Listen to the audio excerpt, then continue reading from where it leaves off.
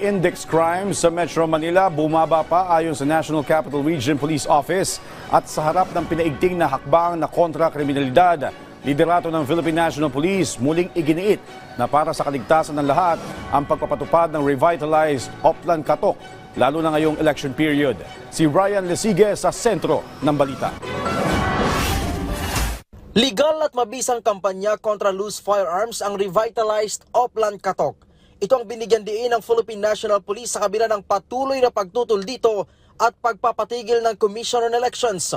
Ayon kay PNP Chief Police General Romel Francisco Marbil, walang pananakot sa kanilang kampanya dahil ang ginagawa rito ay personal na pinaalalahanan ng pulisya ang mga tukoy ng may-ari ng baril hinggil sa kanilang obligasyon. Partikular na rito ang pag-renew ng kanilang license to own and possess firearms o di kaya'y hikayatin ng mga gun owner na ilagak sa pangalaga ng PNP ang kanilang armas kung di pa nila mare-renew ang kanilang lisensya.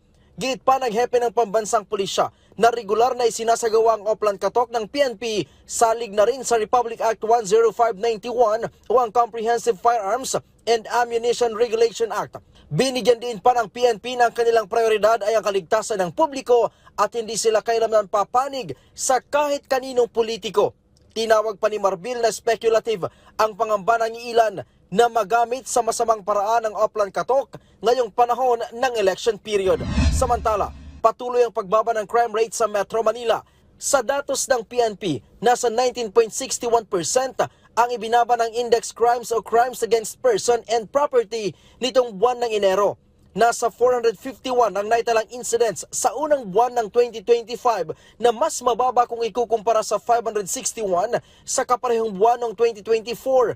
Kabilang sa mga may malaking pagbaba ay mga kaso ng rape, physical injuries, homicide, murder at theft. Git ng NCRPO, ng pagbaba ng crime rate ay nangangahulugan ng tuloy-tuloy na pagsisikap ng PNP na gawing ligtas ang publiko.